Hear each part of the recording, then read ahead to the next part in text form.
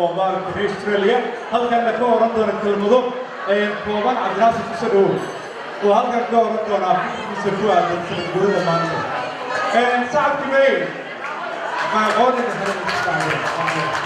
shacabka dhalinyarada ninkan waxa weeye la soo dhaweeyo aniga aad u sheegay weeyo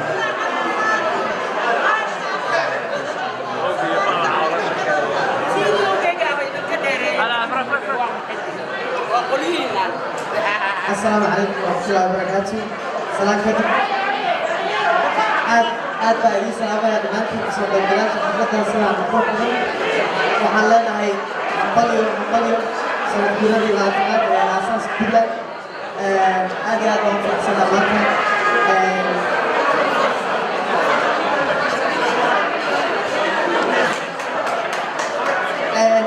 وحوي إيش intaas ku soo gabagabeynaya waxaan rabaa ku daro laba kelmo oo aan dhalinyarada ku gudbiyo rabo oo Aisha aado dadka oo sababsan ay iskilaabaan wadadkii Soomaaliya sababtoo ah inay ku soo biiraan siyaasadda waddankan aad baa dadka Aisha dhalinyarada u baahan yihiin waxaan ku soo gabagabeynaya